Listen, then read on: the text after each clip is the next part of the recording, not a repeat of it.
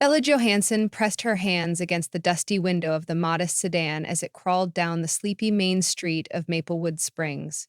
She was 13, the oldest of three siblings, and everything in this moment felt uncertain. Her father, Matteo, wore the weariness of the road on his brow like a smudge of dirt he couldn't wipe away, and her mother, Rosa, surveyed the quiet sidewalks with cautious curiosity. The family's entire world had been packed into the trunk and back seat, leaving behind the only home they had ever known after unexpected job losses forced them to relocate. They had driven for days, searching for somewhere peaceful and welcoming, until they arrived here, a town known for its rolling hills, small cabins, and an outdated but lively community center on the far edge of the main road. As the car rounded a bend, Bella noticed a bright pink sign outside a closed-down coffee shop. Golden letters once spelled Coffee and Company, but a few letters had fallen off, so it just read Coffin Co. Why? Somehow that incomplete sign reminded Bella of how she felt fragmented. Yet something about Maplewood Springs stirred a sense of possibility. The evening sun cast long shadows across the road, and she wished for a place where her siblings, 8-year-old Lucia and 10-year-old Paolo, could feel at ease again. Somewhere stable enough that their mother and father wouldn't spend their days worried and their nights quietly whispering about bills. Matteo pulled the car into the driveway of a small, weathered cottage they had arranged to rent. The property manager, Mrs. Emerson, awaited them on the front steps. She was a petite woman with a kind face and a habit of pushing up her large, round glasses whenever she prepared to say something important. She greeted them with such earnest warmth that Rosa felt her breath catch in her throat. The last few towns had proven less than hospitable, and this immediate display of kindness was a comfort. Mrs. Emerson led them into the cream-colored living room, pointing out the recently repaired kitchen sink and the second-hand furniture that came with the rental. Though modest, the house radiated an unassuming charm. Warm evening light spilled in through the windows, illuminating small motes of dust dancing in the air. "Let me know if you folks need anything," Mrs. Emerson said, her voice soft and welcoming. "Maplewood Springs is small, but there's a real sense of community here. Just ask, and I'm sure we can point you in the right direction." Rosa offered a tired but genuine smile. "Thank you. It feels good to finally rest." Mrs. Emerson nodded. "Take all the time you need. The neighbors are friendly. You'll see." Then the family stretched their legs in the living room, relieved to be out of the car. Lucia and Paulo, brimming with pent-up energy, ran around exploring every corner of the two-bedroom home, counting how many coats of paint the walls might have received over the years, and marveling at the creaky wooden floors. Bella helped Matteo and Rosa unpack clothes and blankets, noticing how every piece of luggage carried not just their belongings, but also their fears and hopes for what lay ahead. After a while, they all paused for a simple dinner of peanut butter sandwiches and sliced bananas. It tasted better than it should have, simply because that evening they ate together in a place that felt safe. The next day, the family took a stroll down Maplewood Springs' Main Street. It was quiet, punctuated by a few small businesses, a bookstore, a barbershop, an antique store, and a mom-and-pop grocery that announced fresh produce on a handwritten cardboard sign. They found the local park located opposite the high school. Its wide, grassy field hosted a cluster of swings and colorful slides. A handful of parents watched their young children play, exchanging cheerful remarks about the weather. It felt like a town where everyone had a part to play, as if any small effort could resonate. That evening, after the children had gone to bed, Matteo and Rosa spoke quietly in the kitchen over cups of tea. "We need to figure out a way to support ourselves," Rosa said. Her voice trembled just enough to reveal her anxiety. "I don't want to uproot the children again." Matteo nodded. "We'll figure something out. There has to be something we can do here that fills a need." As he gazed through the window at the moonlit yard, he remembered the little tradition he and Rosa used to have back home, making homemade ice cream in the summers. They had learned the craft from Rosa's grandfather, who passed down an old recipe book filled with notes and scribbles about textures and flavors. That memory sparked something in him, a reminder of the simple joy that might bring happiness not just to their own kids, but maybe to the townspeople as well. Early the next morning, Mateo pulled that old recipe book from their tattered suitcase. Time had yellowed the pages, but the words were legible enough. Rosa remembered how every Sunday her grandfather had churned out creamy vanilla and strawberry ices that were the talk of their neighborhood. Friends would gather to share a scoop, and laughter would rise into the Sunday air, a reflection of how good food could bring people together. Now, as she cautiously turned the pages, she felt that same lightness. Maybe this is what we can do, she whispered. It's simple, but ice cream makes people happy. Bella peeked over her mother's shoulder, curiosity bright in her eyes. I can help, she said. Lucia and Paulo can hand out flyers. I bet people will love it. Her parents exchanged a reassuring look, recalling times when an ice cream cone was enough to turn a frown into a smile. And though they had little money, an idea was forming in their minds. They spent the next week scouting potential spots to sell their homemade ice cream. The best location seemed to be an empty strip of land on the outskirts of the park, near the walking path and close enough to the high school that student, parents, and neighbors alike might stroll up for a cold treat. The only problem was obtaining permission to set up there. So one afternoon, Mateo approached the local town council. They were not a large body, only 3 members plus a secretary, yet they handled the official matters of Maplewood Springs. They looked at him curiously when he explained his request. I'd like to open a small ice cream stand near the park, Mateo said, trying to project confidence. We'll be using local ingredients, and it'll be a family-run business. The council members exchanged glances, weighing potential pros and cons. A tall man with salt and pepper hair, Councilman Reeves, cleared his throat. That patch of land is technically city property, but we do allow local vendors with proper permits. We often rent out that space for food trucks or special events. Your plan sounds nice. We just want to see something official, like a menu, your hours of operation, and a plan for waste disposal. If it all checks out, we're happy to consider it. Mateo thanked them and headed home, heart beating with cautious optimism. That evening, he and Rosa pulled out a notepad to draft a menu. Vanilla bean, strawberry swirl, and chocolate fudge were the foundation. Then came additions like mint chocolate chip and even an experimental mango lime sorbet. They decided on short hours to start weekends from noon to 6, and maybe 1 or 2 weekdays after school. They wrote up a small plan for a garbage bin and recycling container, determined to keep the area tidy. A day later, Mateo revisited the council. This time, they granted him a small permit, good for a 3-month trial. The family borrowed a cooking cart from a friendly farmer named Greg, who lived on the outskirts of town. After hearing their story, Greg was glad to help. He showed up at their house one morning, towing a cart painted bright red, complete with 2 big wheels in front and a smaller one in the back. With a proud grin, he flipped open the removable lid. It ain't much, he said, but it's sturdy, and it'll keep your ice cream nice and cold if you pack it right.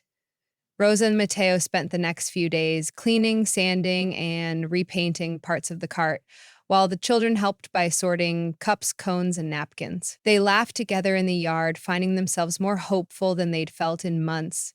Bella took charge of designing a little sign with the family's name, the Johansons, etched across the top, and an illustration of a happy ice cream cone wearing a bow tie. She finished it off with a flourish of pastel colors that made everyone smile. When opening day arrived, there was no grand spectacle, just a family gathered by the park, flattening out a patch of grass to set the wheels on stable ground. The morning air carried the whisper of early summer warmth, and a light breeze ruffled the sign. Lucia and Paolo handed out small flyers along the path, skipping up to anyone who walked by. Homemade ice cream today! Come give us a try! Their voices chimed in unison, causing a handful of curious smiles from joggers, dog walkers, and a mom pushing a stroller. At first, business was slow.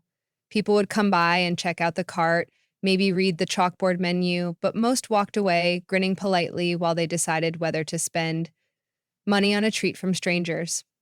By midday, the heat had climbed higher, and that was enough to nudge a few people into ordering. A woman wearing a floral dress asked for a scoop of strawberry swirl. An elderly gentleman with a cane requested chocolate fudge. Bela served them carefully, smiling shyly. They slipped their payments into a coffee can that served as the makeshift cash box. Then something magical happened. After their first few customers walked away licking delicious ice cream, they spread the word. A jogger told the next person on the trail. Some kids playing basketball heard from their grandma. The local librarian who just finished her shift caught wind and arrived with a couple of colleagues. Slowly, a line began to form. Rosa's eyes shone with relief.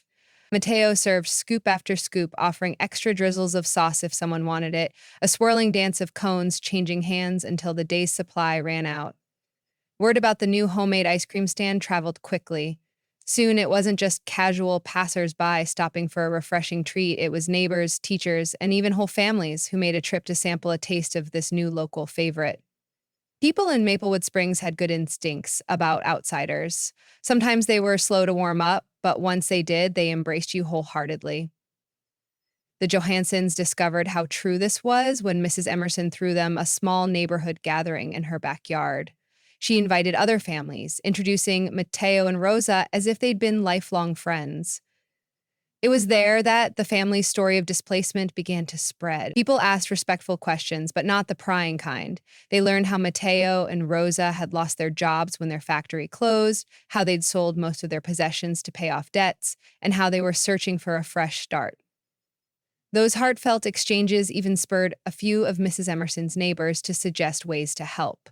One offered gently used kitchen equipment, another spoke of local farmland where they could source fresh strawberries and mint. Encouraged by this kindness, the Johansons expanded their ice cream flavors. Each new concoction was inspired by a local ingredient: fresh blueberries in midsummer, honey lavender from a retired teacher who kept bees, maple walnut to celebrate the trees that gave the town its name.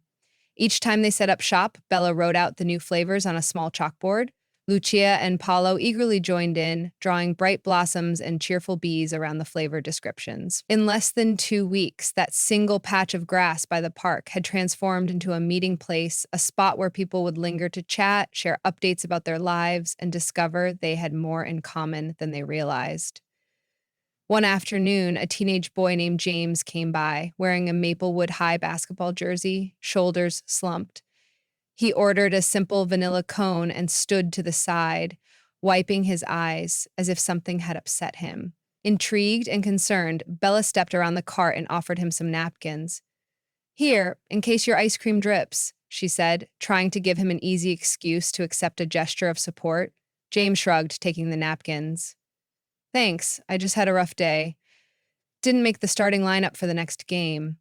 Bella was about to say something encouraging when Lucia tugged at her sleeve. A pair of older women had started rummaging through their pockets for change, uncertain what to pay for 2 scoops.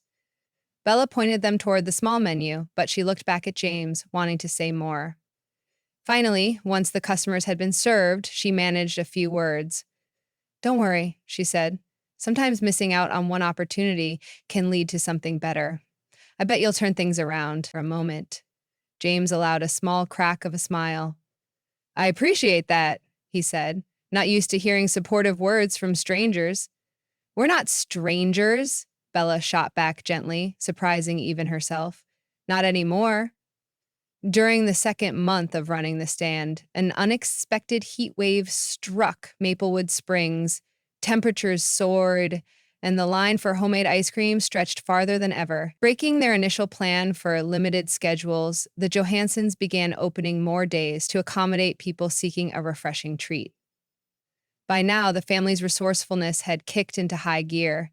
They purchased a small secondhand freezer, arranged for more local ingredients, and even tested new seasonal delights like peach cobbler ice cream and white chocolate raspberry. Their daily routine was rigorous. Wake up, prepare the ice cream base, carefully freeze it, load the cart, drive to the park, serve for hours, then return home to make dinner. It was exhausting, but also uplifting. Without intending it, they had become a part of the town's rhythm. People would linger in the summertime twilight, chatting with neighbors, and walking away with a contented grin, balancing the waffle cone in one hand and a funnel of conversation in the other. Parents thanked the Johansons for bringing something so joyful to the community. Teenagers appreciated a place to hang out after school. Senior citizens found a shared spot to reminisce. Amid the swirl of cheerful voices, Bella worked the register with growing confidence. Lucia and Paulo offered free sprinkles to children who showed up. And Rosa practiced her craft with pride, swirling patterns of homemade sauces atop sundaes. Occasionally, a sad story would make its way to the ice cream stand.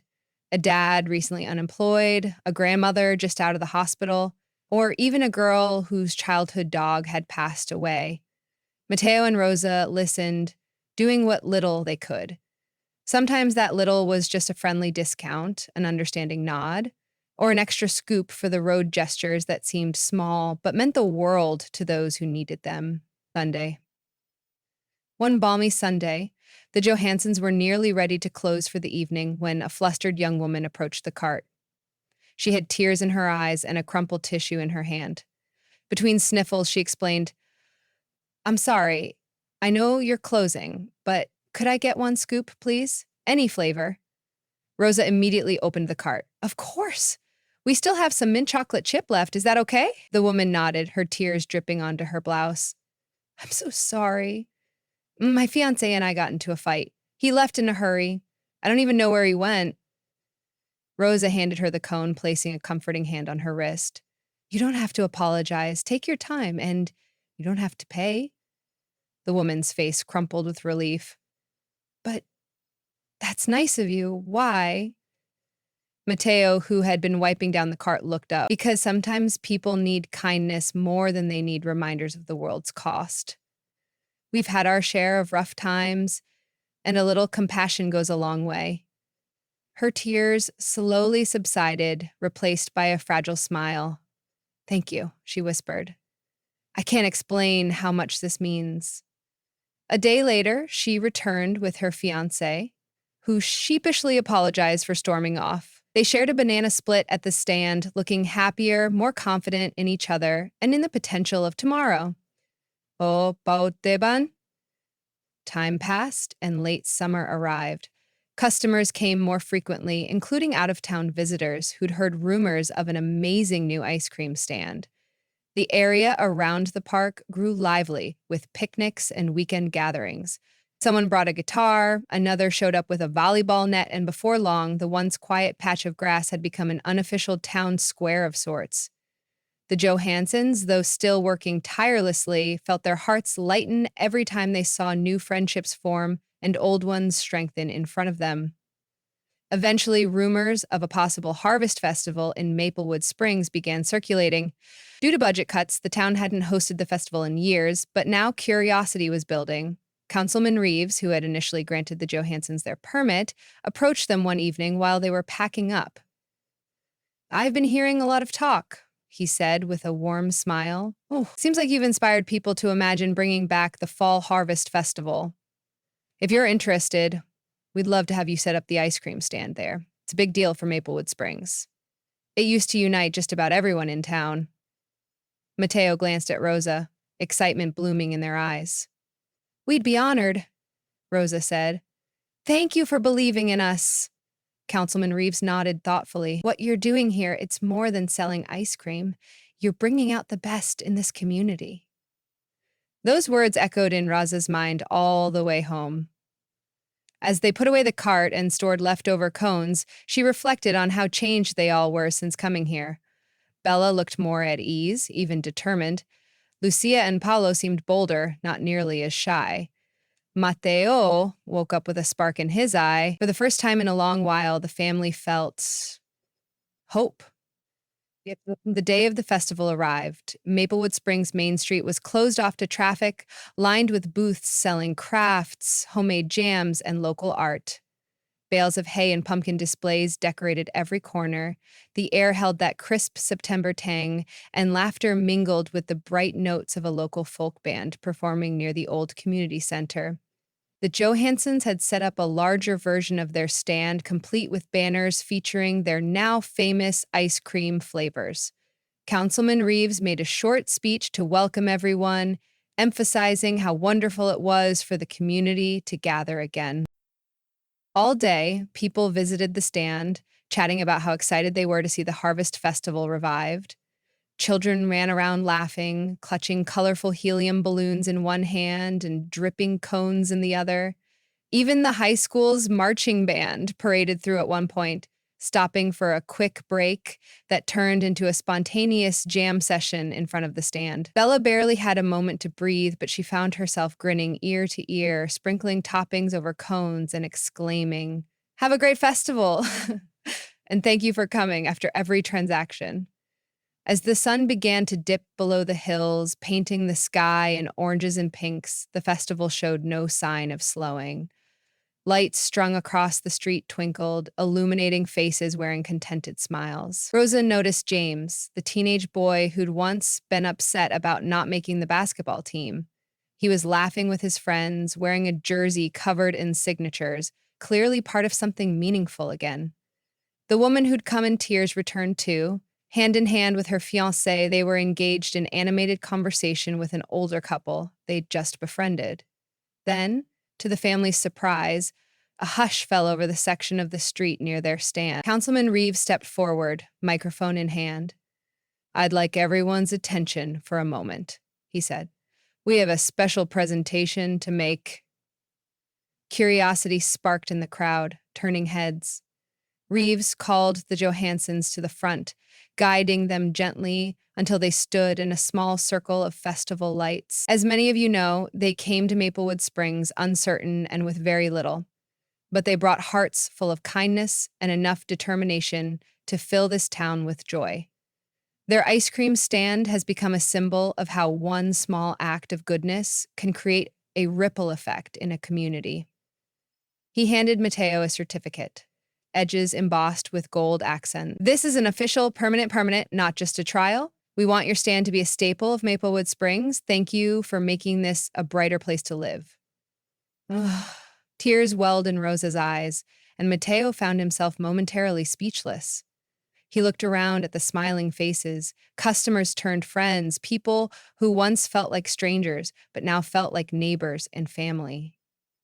The applause rang out, echoing against brick walls and twinkling lights. Lutia and Paolo held onto their parents' legs, their eyes shining with a mixture of pride and wonder. Bella stood in front, tears glistening on her cheeks, spurred on by the realization that they had truly found a home here. Finally, Mateo gathered himself and spoke into the microphone. "Thank you. We didn't know if we'd ever feel secure again after losing our jobs and home. But this place, these people have proved that kindness doesn't care about where you come from. It matters where you choose to go and what you choose to do there." He paused, choked up by emotion. "We're so blessed to have found Maplewood Springs, and we promise to keep doing our best to serve you the sweetest treats we can make and to help this community grow stronger." The crowd erupted in cheers. Even from a few yards away, the aroma of popcorn, fresh pies, and sweet caramel apples filled the autumn air. But it was the intangible warmth, the mutual compassion and gratitude that gave the festival its magic. Old friends embraced, new acquaintances laughed together. It was as though the entire town breathed as one, reveling in the simple but profound power of unity. As the festival wound down, lanterns illuminated the footpaths and families trickled home with full bellies and hopeful hearts. The Johansons closed the ice cream stand for the night, but they didn't pack up right away. Instead, they stood together, gazing at the lingering clusters of people, hugging each other goodnight, some still carrying half-eaten cones or cups of creamy delights. A gentle wind rustled the leaves of the towering maples overhead, and the sense of belonging pulsed in the evening air. Rosa turned to Bella, Lucia, and Paolo. "I know it's been tough, but thank you for helping your father and me make this happen." Paolo yawned, leaning his head against his mother's arm. "I like it here," he murmured, heavy-eyed with the satisfaction of a full day. Bella nodded against the backdrop of the festival lights. "This place is really special. I'm glad we came." Mateo drew his family into a group hug, kissed the tops of their heads, and then stared at the certificate in his other hand, the official document that allowed them to stay in Maplewood Springs as ice cream vendors. We lost a lot, he said softly, but we gained even more.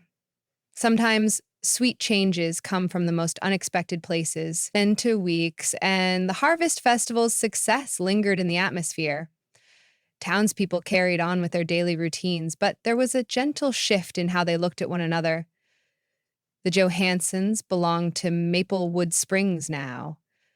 Their bright red cart, a staple near the park, their presence at community events taken for granted in the best possible way.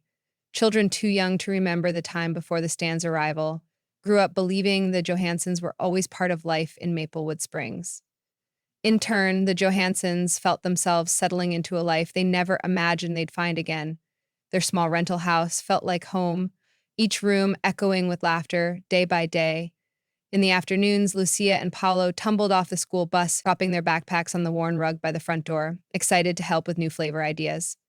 Bella flourished in her classes, eased by the fact that she was no longer just the new girl.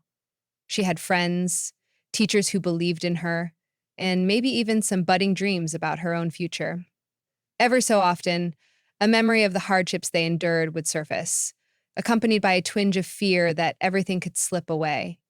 But in those moments, all it took was seeing the townspeople greet them enthusiastically or witnessing the way children squealed with delight at a new Sunday flavor. Then the fear would dissolve, replaced by a gentle certainty that here in Maplewood Springs, they had built more than an ice cream stand. They had built a life. And so, in a town neither too large nor too small, where old traditions merged with the faint hum of new possibilities, the Johansons quietly wove themselves into the fabric of a community. Their cart stood as a brightly colored beacon for anyone seeking a sweet moment of joy. Their story was whispered in kind smiles and retold in hopeful glances. It was proof of the power of kindness and the capacity of good neighbors to open their arms to those in need of a fresh start. And in the months and years to come, when Maplewood Springs faced its own challenges or welcomed more newcomers, the memory of that displaced family with a heart for homemade ice cream ensured that unity and compassion would always be the neighborhood's very best flavors.